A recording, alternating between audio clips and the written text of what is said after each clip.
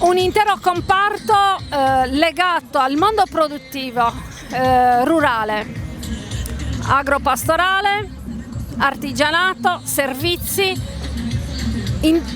professionalità che operano nel territorio, per il territorio. Questo in fondo è anche la Fiera di Ollastra.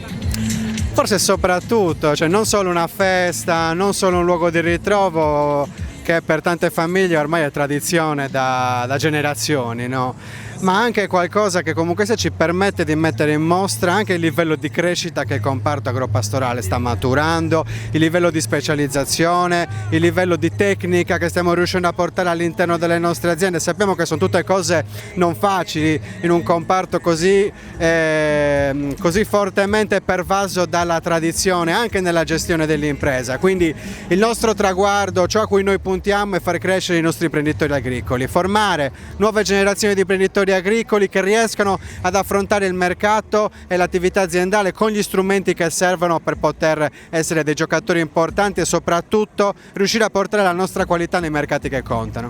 Informazione e formazione, questo è il messaggio conclusivo di una giornata in cui laboratori didattici dell'Università di Sassari hanno affiancato gli operatori professionisti che hanno esposto i loro prodotti, che sono il frutto dell'allevamento.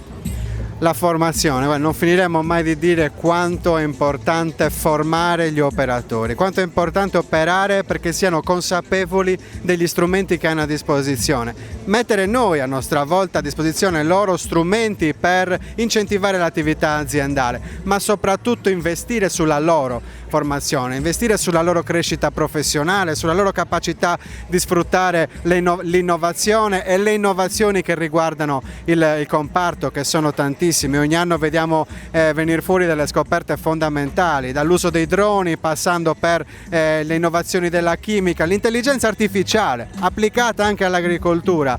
Insomma, è un mondo nuovo anche per loro, gli metteremo a disposizione tutto ciò che potremo per potersi adeguare a questa rivoluzione tecnologica che sta toccando anche l'agricoltura e l'agropastorale.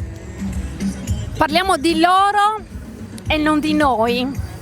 In realtà riguarda tutti forse, e parliamo di tanti soldini, no? Di tanti fondi dedicati a tutte le età, di chi vuole entrare nelle professioni, di chi vuole investire, di chi vuole scommettere nelle produzioni.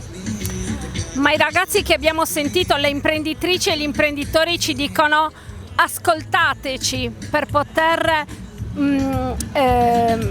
trasferire su misura delle nostre esigenze le misure stesse, i fondi.